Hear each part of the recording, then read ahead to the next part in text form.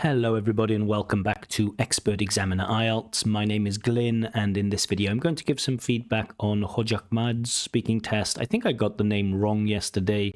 There was a bit of confusion, but anyway, let's get into the feedback. Before we do that, remember, if you'd like to be a candidate on this channel, if you'd like to have your own free practice IELTS speaking test with feedback, or if you'd like me to check your IELTS writing tasks, I get all of my candidates, I collect all of the writing tasks from two places, either my Telegram group or my Facebook group. Telegram group is the one I usually use, but links to both of those are given in the description below. But anyway, let's get into our feedback for today. Good afternoon, my name is Glyn. Would you please tell me your full name? My full name is Hojiahmad Mirzakbarov, but you can call me Hoji. Hoji, cool. Okay, thank you. Now, in this first part of the test, I'm going to ask you some questions about yourself. Where do you live? I live in a small town in the west of Uzbekistan. So in the west, the candidate says, right, that we know that different countries have different pronunciation difficulties, shall we say, and one of them in Uzbeki English is this difference between w and v, so west versus vest. The candidate also says the Uzbekistan. I would expect people to know. Did he say that? Now, in this first part of the test, I'm going to ask you some questions about yourself. Where do you live? I live in a small town in the west of Uzbekistan. Yeah, he says the Uzbekistan. And again, the sounds a bit like a z. So again, that's another problem, not just with candidates from Uzbekistan, but people all over the world. The use of this the and th. Many languages just don't have that sound, and so they are replaced by something that sounds a bit similar. So in Uzbekistan, for example, instead of the and th, it's often z and s. The sing, that I like. The sing, that I like. The and s, replace the and th. It is a problem with a phonological feature. But the Uzbekistan, I mean, surely you know your country if it's pronounced with a the or a not, right? There are some difficult ones, right? Like with Lebanon, for example. Do we say Lebanon or the Lebanon? Ukraine or the Ukraine? Sometimes they can be confusing, but if it's your country, surely you should know if it's Uzbekistan or the Uzbekistan.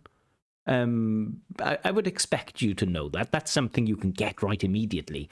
Okay. And also the candidate doesn't give the name of the town, which is really strange. If somebody, like, where are you from? Oh, I'm from a small town in South Wales. Like, shouldn't you give the name? Shouldn't you give the name of the town? I don't know.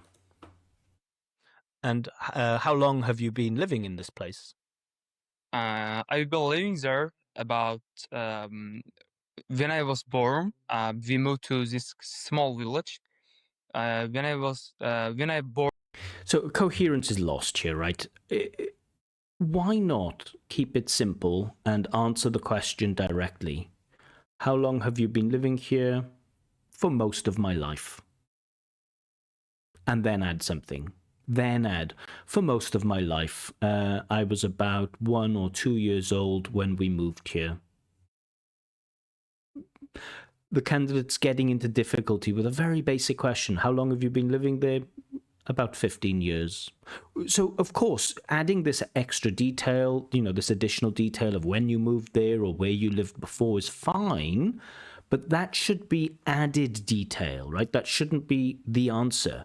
And so we don't have an answer to the question, how long have you been living there? We have, I've been living here for about when I was born, but we don't get that direct answer. We lived in the other country. But I still don't know how long you've been living in this place. And is it easy to find interesting things to do in your hometown? Yes, in my country. In my country? But we're talking about your hometown, not your country. In my hometown, there are a lot of interesting things to do. For example, notice the chunking here. There are lots of interesting things to do. It sounds a bit odd, right? There are a lot of interesting things to do. We should link it better. So the rhythm is a little bit patchy. There is a historical place and name it Durham. Namid, again, feature of Uzbeki English, this inability to pronounce ed endings correctly should be named. Candidate says Namid. Museum, which is one of the most popular place in Uzbekistan. One of the most popular place. Of course, it should be one of the most popular places. This is another thing I've noticed a lot about candidates from Uzbekistan.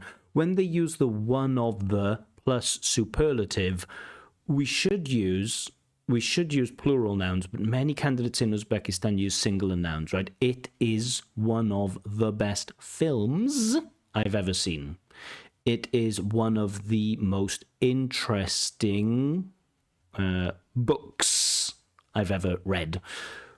One of the plus superlative plus plural noun, not singular. And every year, a lot of tourists from all over the world come there to see our historical places. Okay, but the candidate's done a decent job here of explaining, an interesting place in his hometown. I do feel, like it's not really answering the question. Is it easy to find interesting things to do? And the candidate's talking about a specific museum which attracts tourists from different parts of the country. Again, it's not at the heart of the question. It's just located in my village. Thank you. And is there anything you'd like to change about your village? Yes, if I have a chance. If I had a chance, I would is better than if I have a chance, I will. I will change the traffic. I would change the traffic.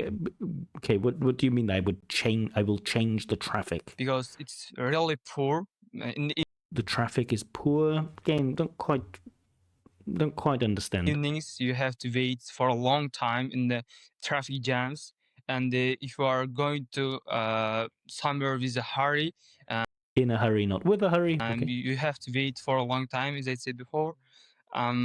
Yeah. Okay, so he wants to improve the traffic. Now, I hear this response from many candidates from Uzbekistan that that's the thing that they would change, and that's fine, right? It does sound a bit strange to me that if you live in a small village, the thing that you want to change is traffic jams. Just to me as a human, not as an examiner, seems strange that, you live in a small village in the countryside and the problem you have is traffic jams. But maybe that might be possible. I don't know. In the UK, it's a bit strange, but maybe in Uzbekistan, maybe in small villages, they have problems with traffic jams, possibly. Okay, let's talk about birthdays now. Do you like celebrating your birthday? Absolutely, yes. One of the most So notice that pausing there. The candidate has an idea, right? The candidate wants to say that celebrating my birthday is one of my favorite things or is one of the best things for me to do, but he can't find the right words. And when he can't find the right words, he stays there and he tries to find the right words instead of going back, paraphrasing and saying it in a different way. He just struggles through. Thing that makes me happy is the celebrating my birthdays, because celebrating my birthdays, okay. A lot of people give me some gifts to So the rhythm is off, right? We can see there are problems with the pronunciation, the rhythm of the pronunciation, but also the fluency with the hesitation, where the candidate stops quite often to find quite basic words. Shows their appreciation and the respect. And okay, show their appreciation and respect, cool. Small mispronunciation of respect. The stress should be on the second syllable. Respect, not respect, but respect. But okay, not a big problem. Yeah, I love celebrating birthdays. How did you celebrate your last birthday? Now notice this question, the reason why the script writer, the test maker has put this question in is for one reason. It's, can the candidate use past time, right? Most of the questions in part one are present time. Most of the time in English, in conversational English, we use present simple. About 60% of conversational English approximately is in present simple. But examiners want to also know, can candidates use past time? So how did you celebrate your last birthday? Are we going to get past tenses here? Last birthday, we go to the We go. Not we went, but we go. cafe. And you might think, well, okay, maybe it's just a slip. Sometimes people have a problem with go because it's an irregular verb. Let's wait for the next verb and see if he can correct it. Which is near to my hometown, about 30 minutes drive from my hometown. And we take some... We take some present simple. So now in my brain, I'm thinking, okay, does the candidate have a complete lack of awareness? Because, you know, there are different stages of awareness. Usually the first thing people get right is was and were. That's the first thing, or at least was. They get was right in the past, but then can you change other verbs into the past? The candidate now, both times where he's been required to use past simple, doesn't use past simple. He just uses present simple. And for me, in my brain, I'm thinking, okay, that's a problem.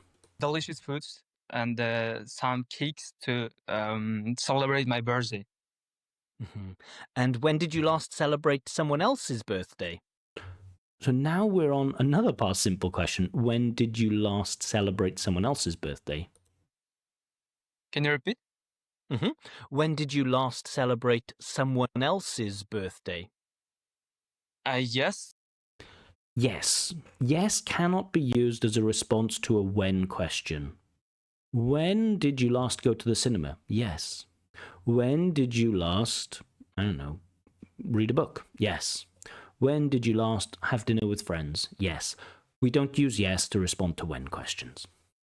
That was my friends. That was my. So the candidate does get was, right? And very often we see that even with A1, A2s, that they can get that was right fairly reliably, verb to be in the past. They don't always get was and were exactly correctly, but they realize that be in the past is was or were or something like that. So we do get that very basic past form, but can we get other verbs in the past? Birthday. It was about 3 months ago. It is or it was about. Fine. We had go to the... We had, and it looks like, oh, we've got past simple, but then he said we had go. So I have no idea what tense this is. We had go. The cafe again and celebrate similar to my birthday. We don't get any past verbs in there, right? So we get that was a couple of times, and we get an attempt with we had go. It's clear to me that the candidate cannot reliably use past simple. Let's talk about the future now. What are you going to do this weekend? Future focus. Cool. Can we use be going to? Can we use will? Can we use might? Can we use would like to? To be honest, I'm really busy with my studies. Okay. And actually, I don't have any plan. If you don't have any plan, make a prediction. I think I will. I will probably. I might. Just do my lessons. Candace says, I just do my lessons. Again, present simple. Sometimes we use present simple for the future, of course, with timetabled events like my train leaves in 10 minutes. But it's not used like this, right? I just do my homework this weekend. Do my homeworks. Homework should be uncountable. It's always singular. We don't use it in the plural. Homework, not homeworks. Which is given from my teacher, English course. Okay, a bit of passive, which is given. Should be by rather than from, but okay. And where do you think you'll be living in 5 years? Again, we get future. Where do you think you will be living? I have a lot of plans for moving. First of all, after 5 years, I will be in the America or Europe countries. Okay. I will live, I think he says in the America, which is, again, problem with the and countries. The USA fine, but America without article. But he does use will, which shows some awareness of time. Yes, because now I'm studying at the 10th grade. And Should be in the 10th grade, not at, but okay. After 1 year, I'm going to apply my documents to. Okay, awesome. I'm going to apply my documents is strange, right? You don't apply documents, so that's a strange collocation there, but we get some I'm going to. So that's, he's doing better with future than he was with the past. With the past, he can't use it. With the future, he's used will, he's used going to. So he shows some ability with fairly basic forms. Another country, universities. I want to just listen back to that apply sentence. Universities. Sorry. Universities. Now I'm studying in the 10th grade, and after 1 year, I'm going to apply my documents to another country, universities. I'm going to apply my documents to another country universities. To universities in some other countries, perhaps. So the candidate's phrasing is very basic. It's grammatically, it's kind of, it's A2, B1-ish, I would say. And where would you like to go on holiday in the near future? In my country, there are a lot of natural places. Okay, I've made this point a few times before. Answer questions directly, right? We've already had a number of problems in part 1 already with the coherence. Answer questions directly and then give extra detail. The candidate is front-loading answers with detail. In my country, there are lots of blah, blah, blah.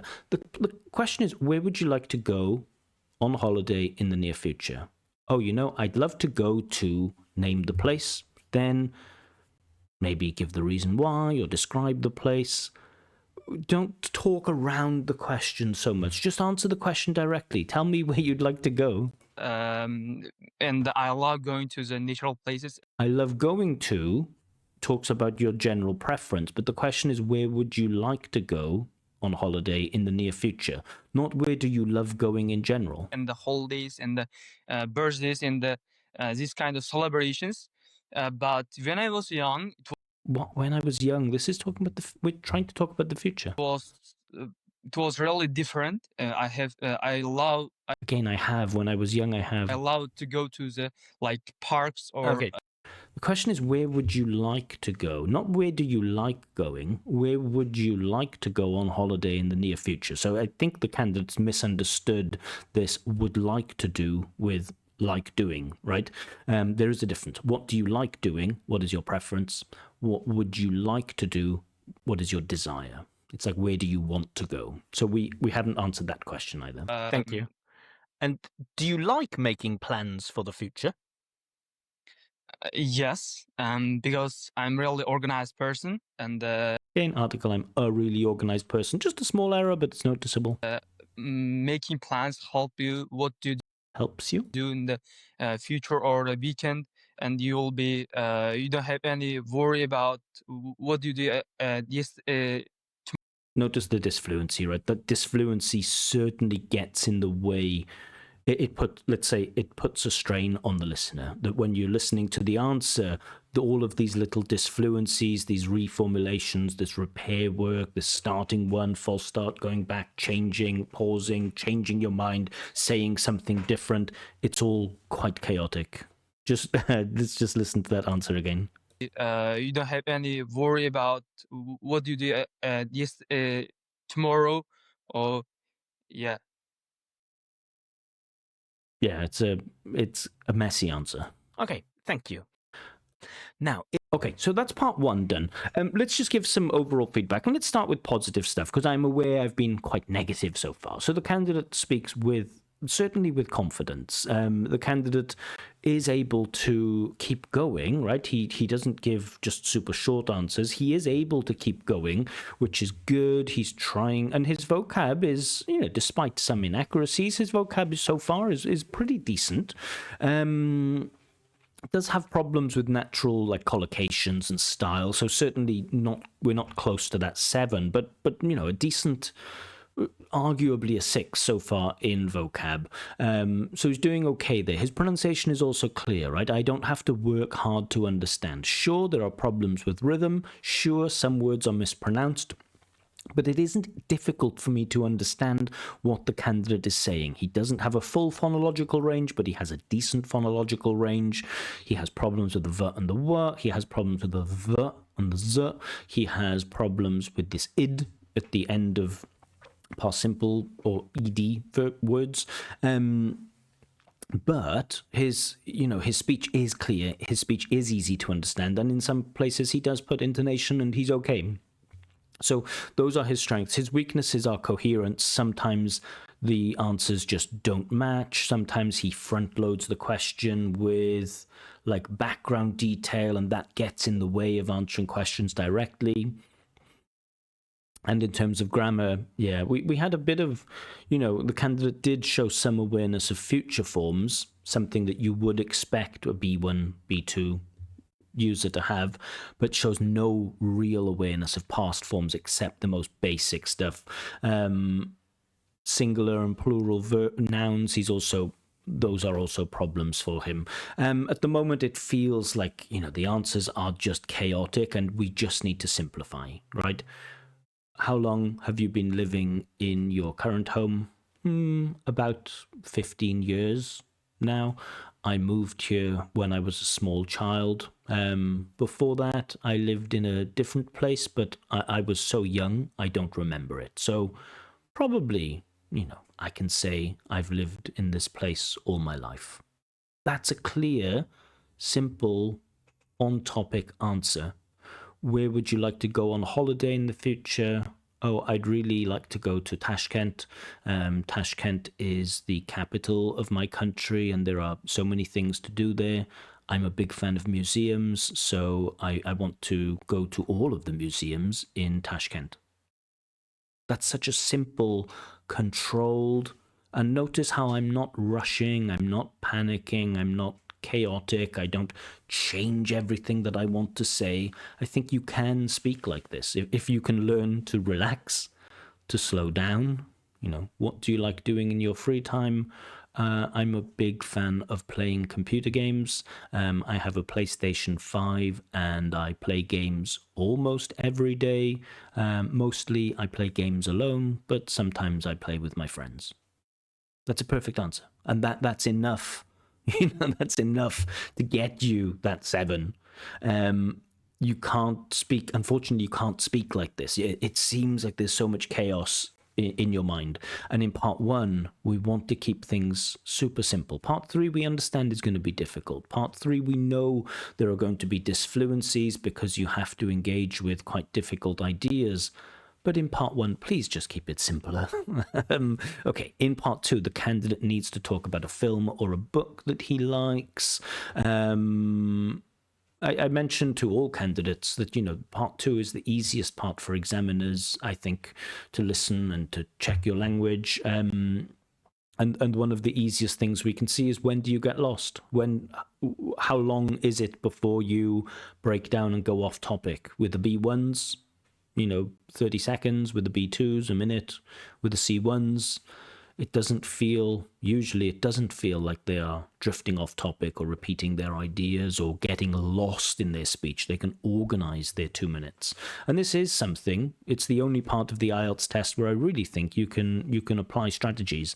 But let's see if the candidate can talk about a book or a film that he likes. Can you see the topic? Have between 1 and 2 minutes to give your talk, and I will let you know when the time is up. Can you start speaking now, please? Okay. I would like to talk about a book that named Atomic.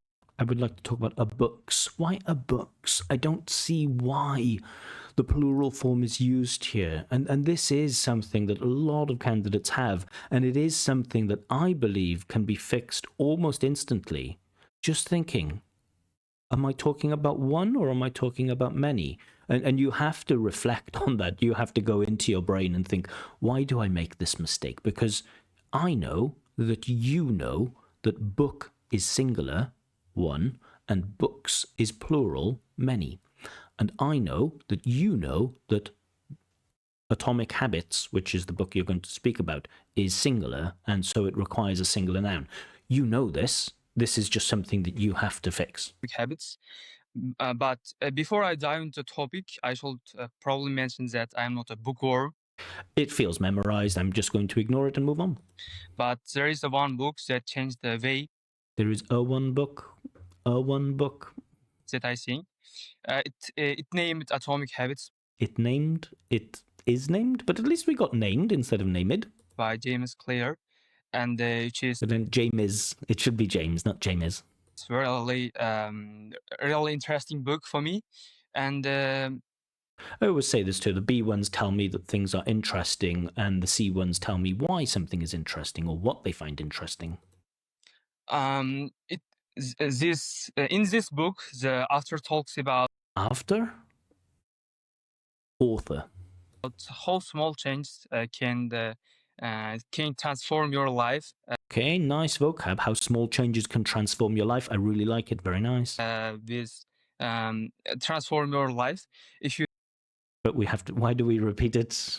do just small changes. Make small changes, not do small changes. You will be achieve good results.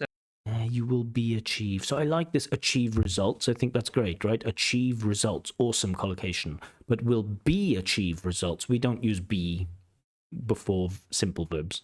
And great results.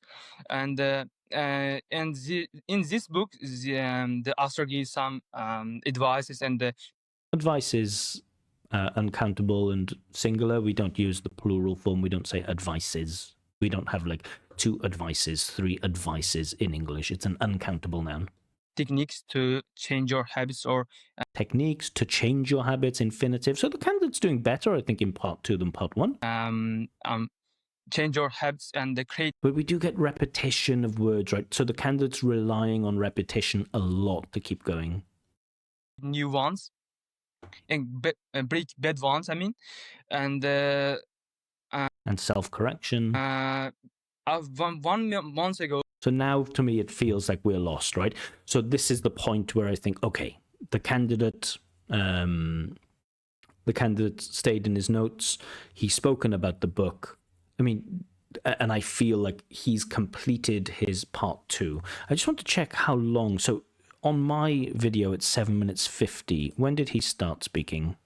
This player, and probably mentions that I'm not. Okay. Okay, so he's spoken for 1 minute, and he's with a lot of self-correction, with a lot of repetition.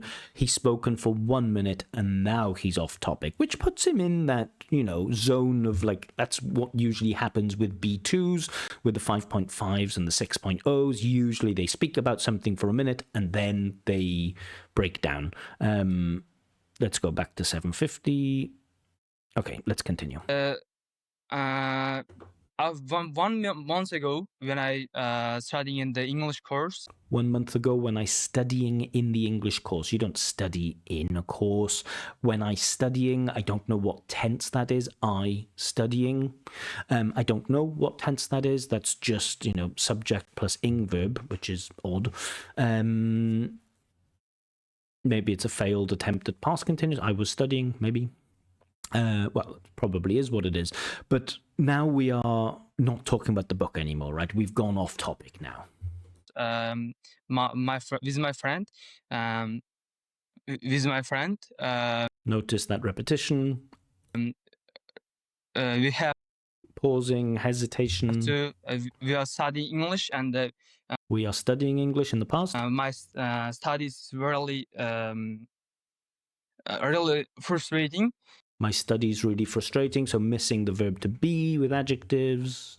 And my friend advised me to read this book, name it. Okay, advised me to read. We get a nice complex verb pattern. Advised me to read. Nice. Atomic Habits, and I thought it's impossible to change my life. So the candidate's, now giving background information about why he started reading this book. So he's like what I would say, what we call tangentially on topic. He is on topic. He is still kind of talking about this time when he read a book, but he's not talking about the book itself. He's not, he said what the book's called. I think he mentioned when he read it. we have what's the story about, but obviously it's a non-fiction book, so there is no stories. But he has said what the book is about. And for me now, this would be the time where you go into that last question and say what you particularly liked about it, rather than it seems to be like the candidate's answering the question and say why you started or how you started or how you learnt about this book. So yeah, just now is the time to talk about what you particularly liked. With reading this book, but after I reading this book, I realized that it's Now he's speeding up because he's panicking. I think he realizes he's a bit off topic and he just speeds up because he's worried or nervous. Speeding up isn't going to help you. one of the most motivational and Notice we have one of the most. I'm curious to see what noun. One of the most motivational, and will we have a singular noun or a plural noun? motivational book Singular, but it should be plural. One of the most motivational books. So again, we've had that mistake a couple of times. I have ever read, Present perfect though, and with superlative. Nice.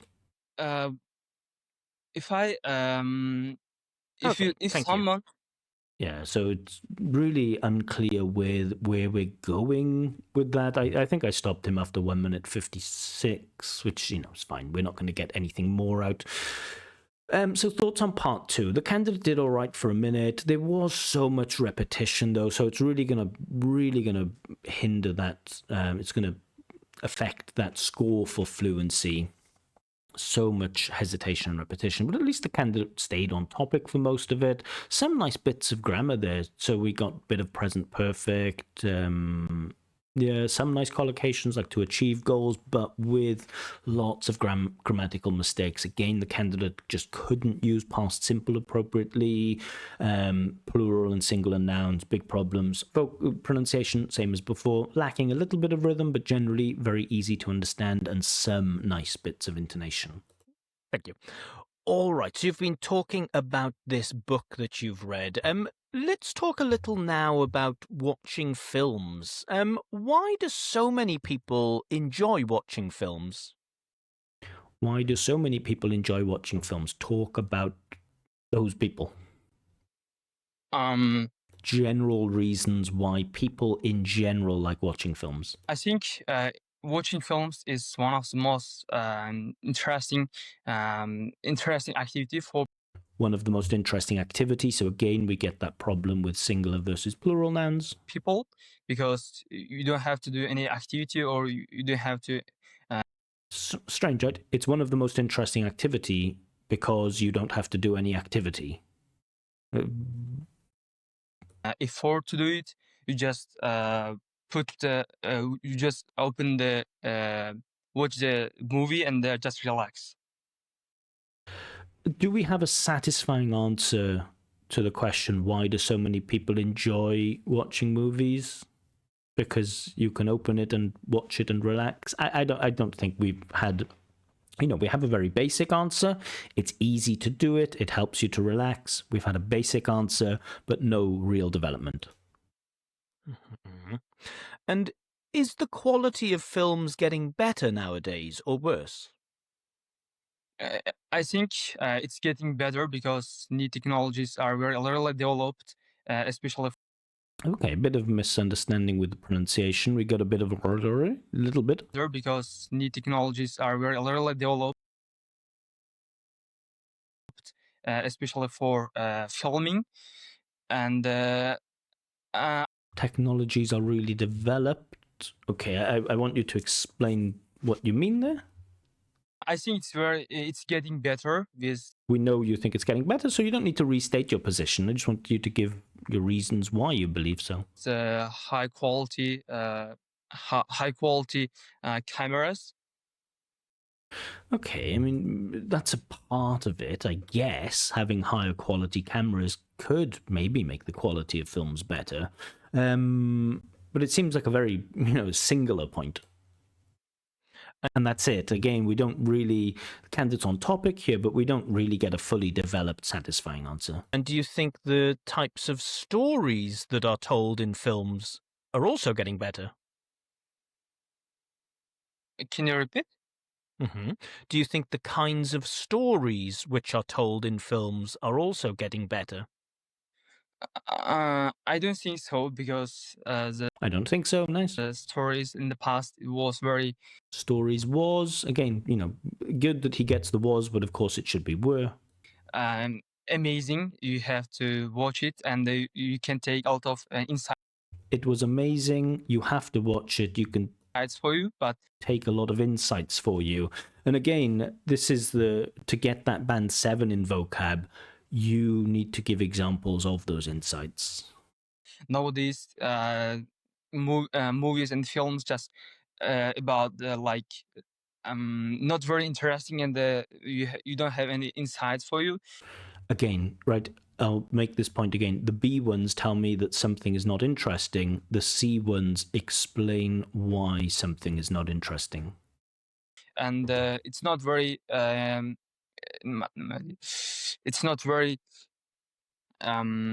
good for your knowledge, and It's not very good for your knowledge. Yeah. you just wasting your time if you watch nowadays. Again, not really. But I mean, he's again on topic. A basic point is there, but it's not really developed, and he doesn't go into it in any depth. Mm-hmm. And how do you think films might change in the future? In my opinion, We get some, in my opinion, films incredible change in the future. Films incredible change in the future. That's very A2B1-ish, right? Films incredible change in the future. So firstly, it's the future. We should use some type of grammar that shows that it's future time with a modal like will, with an adjective like be likely, or with the semi-modal like going to. We don't have that. We just have present simple. Films incredible change in the future. It's, yeah. Because as I said before, technologies are changed, and Technology are changed. Yeah, grammatically, we have had in the test some signs that there is some knowledge of some grammatical forms. But yeah, it's a problem. New actors and the producers are coming to our filming land, and yeah, it will be changed in the future. We haven't answered that question, right? We haven't said how films might change in the future. It's like the question, if I break it down into a very simple, just the task achievement element of this, how will films change in the future? Films will change in the future. Technological advancement, films will change in the future. You haven't explained to me in what way they will change. So what kind of technology do you think might change the way that people make movies in the future? So very often, if I feel like there isn't enough, sometimes I'll jump in and force the candidate to tell me. In my opinion, Again, we get in my opinion, so that's 2 answers in a row that started with in my opinion. Okay, be careful. cutting edge technologies. Again, cutting edge technology, leave it out, right? I mean, it's okay that you're using this vocab, but what I want to see is not like, can you, as an IELTS student, remember the term cutting edge technology and force it in? I'm more curious to see if you have the vocab to tell me what new technologies might change filmmaking in the future. So using a cutting edge technology as a bit of decoration is okay, but that bit of decoration isn't a substitute for speaking meaningfully about a subject. And we can see it, right? He uses cutting edge technology, and then when he has to find the vocab to talk about what technology that is and how it will change filmmaking, just doesn't have it, unfortunately. Spatial really important for films, because if your film have a poor quality, anyone don't want to. At this point, I would say the candidate's just guessing, right? He's just guessing and just saying anything. Watch it. Which is horrible, in part, if you're if you're a B2 student or a B1 student trying to answer these questions in part 3, it's enormously difficult. And so, Yeah, I mean, I'm sure you don't need me you don't need me to tell you that this isn't a satisfying answer to the question. Let's move on.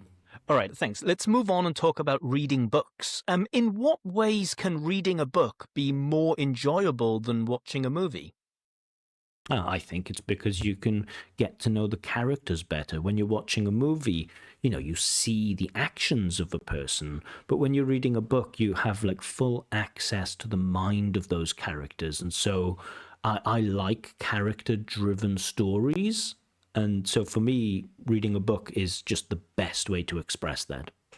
That's a very complicated idea. If we want a simple idea, you could say, reading books is a lot more relaxing because you can just sit down in a quiet corner and read a book quietly. Whereas with a movie, you kind of have to turn the volume up and it can be very loud and that can be kind of annoying. That's a nice, simple answer, isn't it? in my opinion, In my opinion, we've had that 3 times in a row now.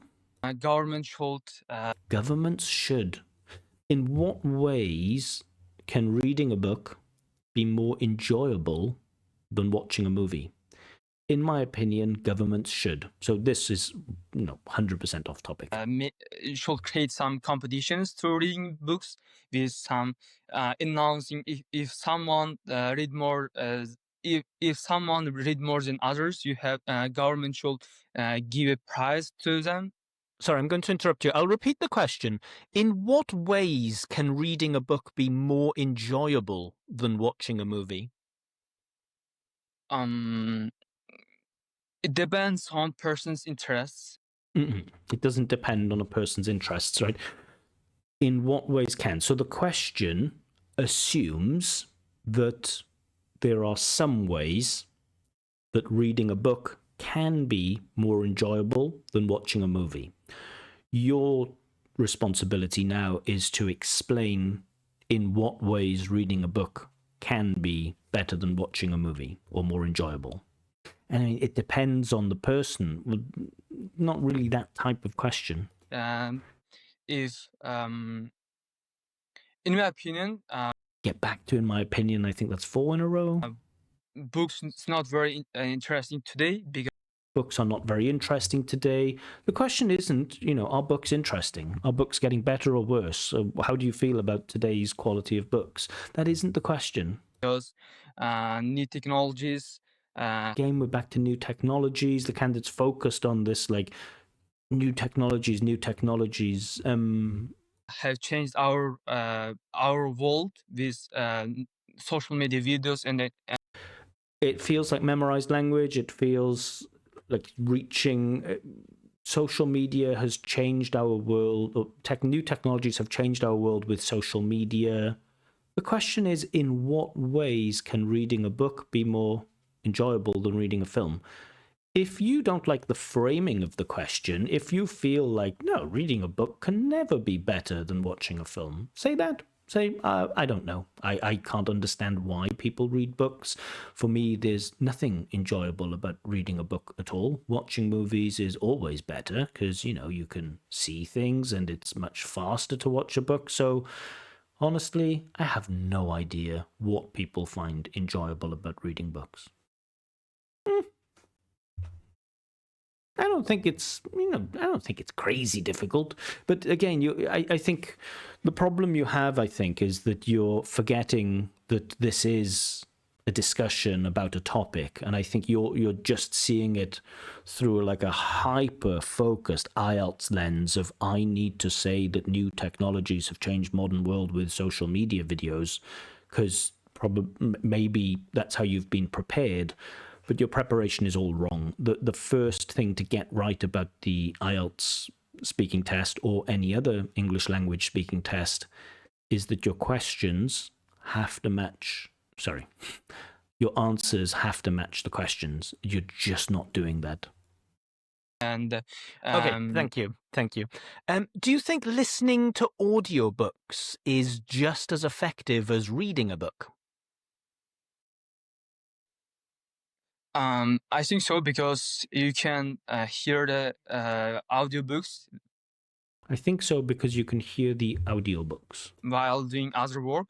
while doing other work. Cool. It will be very efficient and productive. Productive. But okay, fair enough, right? The candidate's giving an explanation of why audiobooks are beneficial, right? Giving an advantage of audiobooks. But the question isn't like, how is it more convenient or how is it more efficient, maybe, but is it just as effective? So the idea is like, can you get the same satisfaction, the same knowledge, or the same information from listening to a story as you can from reading? Or do you feel like when you listen to a story, maybe you miss some things that you would find when you're reading, that maybe when you're reading, you're more focused, you're more attentive? So that's the heart of the question. And so it's good that you've given an advantage of listening to audiobooks. But again, I don't feel like you're fully engaging with the question. You can do two things at one time, at the same time. and so And yeah, answers in part 3 tend to be shorter here. And finally, how can parents encourage young people to read more? I think parents should encourage their children with giving a prize. This is an example that I always tell candidates in part 3, we're not looking for the right answer, right? We're looking just to see if you can speak through your thoughts. When you're faced with an unfamiliar question about an unfamiliar topic and you're not totally sure and there is no right answer, what we're looking for really is, can you deal with the cognitive pressure of trying to produce an idea and at the same time produce language that reflects that? And candidates at the B1 level, they're always looking for the right answer, right? They should give them a prize. And then just like, right, they should give them a prize. This is my answer, and now I'm going to try to talk about it. And I feel like, that is a difference between what a C1 can do and what a B1 can do. A C1 can speak through difficult topics and recognize that there's nuance, that there's, no right answer, whereas a B1 is always looking for that right answer. They should give them a prize. After reading reading a book, for example, if I read, for example, if someone read and their parents give some money or give some phone or like a prize that okay, he's giving some list of different things like money or a phone. Fair enough. It's connected to his answer. children want, and with this way they can encourage their children to read more. Okay. And it also have a great impact on their knowledge. It also has a great impact on their knowledge. Again, this just seems like IELTS-y type of language. It has a great impact on.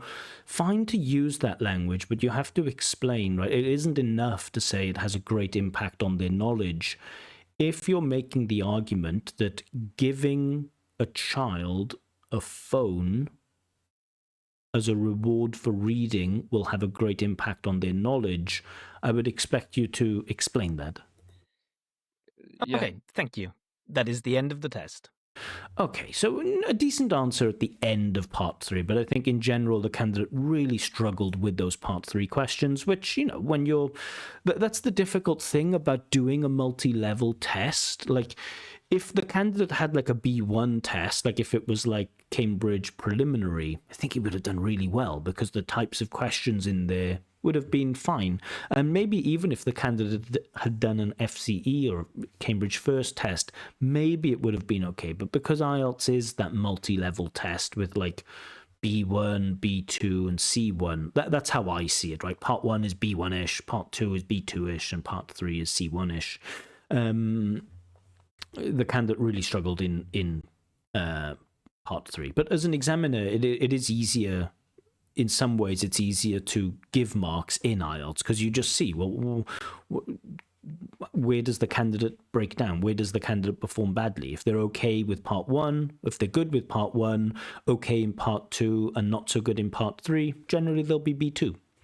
If they're decent in part 1 but not very good in part 2 and completely lost in part 3, then they're B1. IELTS isn't a difficult exam to mark. I don't think so anyway. But let's have a look at the marks. So I want to look at the 6 and the 5s for everything here. I want to look at the 6s and the 5s. Maybe I'll take a look at the 4s in some cases too. So number 6 says, able to keep going and demonstrates a willingness to produce long turns. Now in part 1 that was true. I don't really think there was a willingness to produce long turns in part 3. Coherence may be lost at times as a result of hesitation. For me, this modal is a bit too weak. Coherence is lost fairly often. A range of spoken discourse markers. Okay, fine. The range of discourse markers is all right for the 6. Let's have a look at the 5. Usually able to keep going. I'd say sometimes able to keep going is probably better. But relies on repetition, yes, and self-correction, yes, to do so. Not so much on slow speech, but repetition and self-correction, yes. Hesitations are often associated with mid-sentence searches for fairly basic lexes, yes. Overuse of certain discourse markers, I didn't really notice that. Some cohesive features, like in my opinion, that functional language was noticeably overused. Simpler language may be produced fluently, perhaps. Just taking a quick look at the 4, unable to keep going without noticeable pauses. Speech may be slow. No, the speech isn't slow. Frequent repetition, yes. Often self-corrects, yes. Can link simple and some breakdowns in coherence.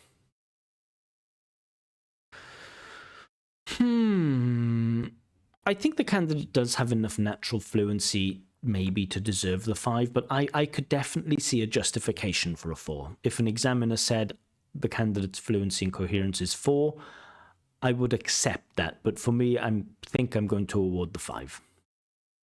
Just feel like that's a better description. Looking at vocab, at the time I thought it was a 6. I thought there was enough in there, but now I've watched it back. Let's have a look again. We can forget about the 7. There isn't any really awareness of style and collocation. It's just not there in the vocab. Resource sufficient to discuss topics at length, and this is always the thing: is the resource sufficient to discuss topics at length?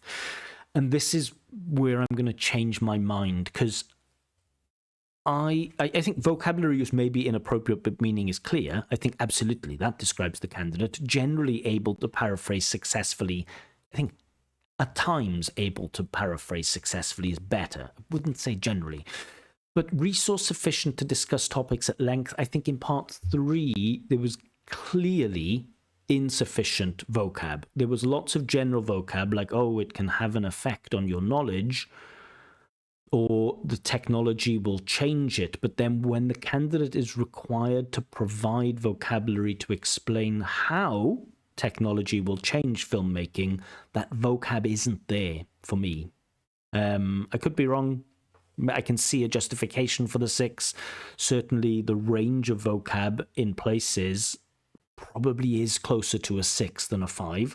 I think if the candidate just took a vocabulary test, he would get B2. Let's have a look at the 5. Resource sufficient to discuss familiar and unfamiliar topics, but limited flexibility. Yeah, attempts to paraphrase, but not always with success. Probably. I'm going to go with 5 for vocab again. At the time, I thought there's probably enough vocab in there for a 6. But now, after rewatching, I'm dropping it down to a 5. I tend to do that when it's very rare that my marks after watching are higher than the marks while I watch. When I'm real-time examining, I tend to be a bit more generous when I'm watching things back and looking for detail. So at the time, I would have awarded a 6, but now I'm changing and awarding a 5. Most examiners would probably award a 6, I would guess. Okay, grammar. I think we can forget about the 6 and we can look at the 5 and the 4. Basic sentence forms are fairly well controlled for grammar. Fairly well controlled. So if it was well controlled for grammar, I would say definitely not. But fairly well controlled for grammar, Maybe. Complex structures are attempted. Yes. These are limited in range. Yes. Nearly always contain errors. I think the candidate has a problem not with the complex structures, but with the basic structures, and may lead to the need for reformulation. Oh, absolutely. Just looking at the 4, can produce basic sentence forms and some short utterances are error-free. Is that true for the candidate, that only some short sentences are utterances are error-free?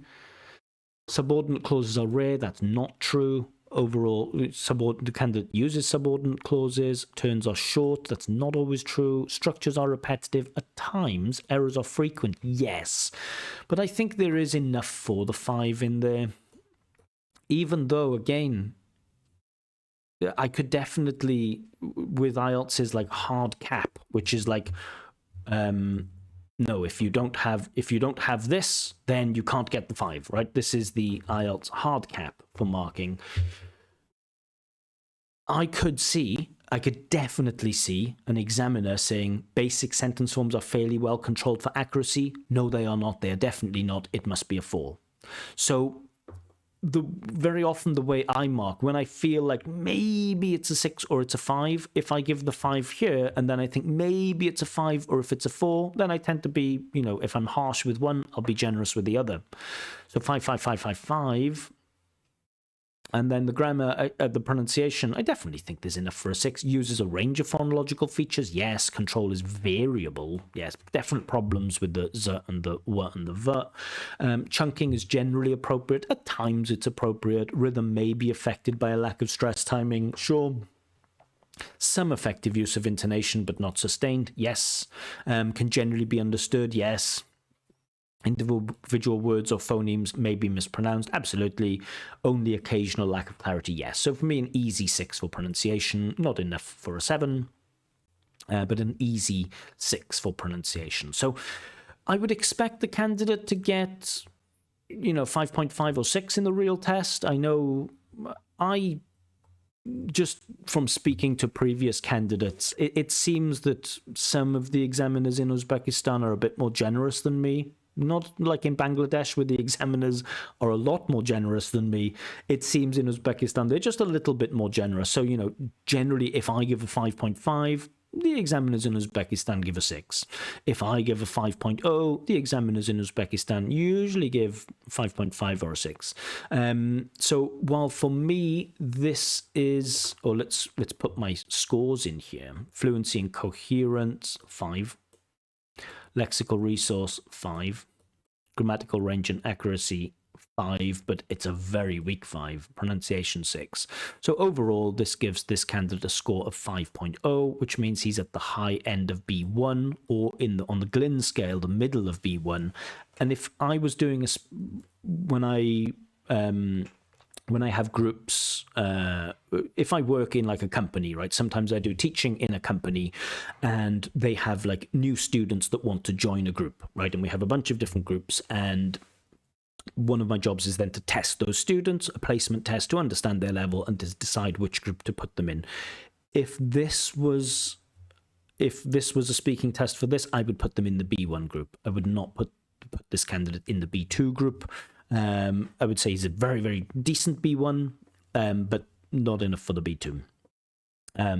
So for me, he's like a mid B1 student. 5.0, decent attempt, but clearly there are things to improve. And these are just the notes that I took about the key areas of improvement, which I'll go through. So your answers have to match the questions. We shouldn't be answering yes to when questions. When did you last go to the cinema? Yes. Right. You just have to do better. You have to get the simple things right. And it's not that like you're bad for this. It's not that you're a bad person for this. It's that your level of English is good enough to know this. Your level of English is better, I think, than your performance in this test. I think your level of English might be enough to get you a 5.5 or a 6, maybe. But answering, it seems at times either that you don't understand the questions, and it might be a listening or a vocab problem, or that you're busy thinking about, IELTS stuff. you're not thinking, there are some candidates that come into the IELTS test and they listen to the question and they answer the question. And there are some candidates that come into the IELTS test who listen to the question and then think, how can I impress the examiner with difficult vocab like cutting edge technology? Be the first candidate, not the second candidate. Number 2, giving simpler answers will improve your fluency, coherence, and pronunciation. If you think of any IELTS type of questions, do you like celebrating or when did you last celebrate someone else's birthday? I think about 2 months ago, my friend Bob celebrated his 30th birthday. We went out, we had dinner. It wasn't crazy exciting, but it was nice. It was a nice chance to see all of my friends. We have a nice, simple answer. Giving simpler answers will improve your fluency, coherence, and pronunciation. And then finally, a problem that you do have with your language is your grammar, the basics of English grammar, present simple, past simple, future time. You're not so bad with future time. The verb to be, singular and plural nouns, you just don't know these. These ones, you are not even, I think, on the Glynn scale, you are like strong A2 with grammar. I don't think you have B1 grammar. I think if you took like an end of course B1 grammar test or even an end of course A2 grammar test, I think you would probably have some difficulty. So there are some basics with English grammar, and I know grammar is not easy to study. Sometimes we can study and we can learn the rules, and sometimes we are okay when we are doing grammar tasks, but we might have difficulty activating that grammar. If I was your teacher, I would probably spend 2 months just looking at basics of English grammar, just looking at the theory and activation. I would spend 2 months only on that. I wouldn't look at IELTS. I wouldn't look at anything else. I would just spend 2 months focusing on the basics, because this is a problem that will hold you back.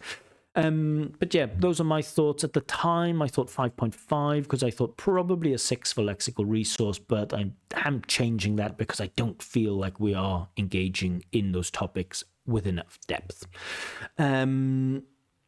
But yeah, those are my thoughts. 5.0 overall. Some people in the comments thought it was like a 6, or even I think somebody said maybe 6.5. If you think it's a 6, then you have to either you have to think that the candidate's grammar is at band 6, or you have to think that his grammar is at band 5 and one other feature is at band 7, and I don't see any band 7 features in there. The closest is pronunciation for band 7, but not enough.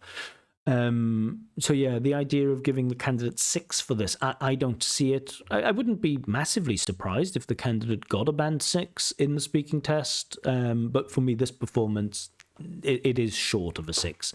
5.5, maybe 5.0 is what I've given, but let me know what you think. Anyway, that's it from me.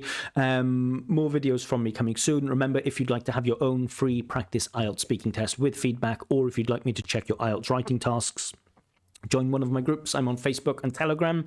If you don't want to go through this crazy like random selection process, I know there are some candidates who have like 15 Telegram accounts all in this one group trying to get the speaking test, Jackson, and still haven't got it.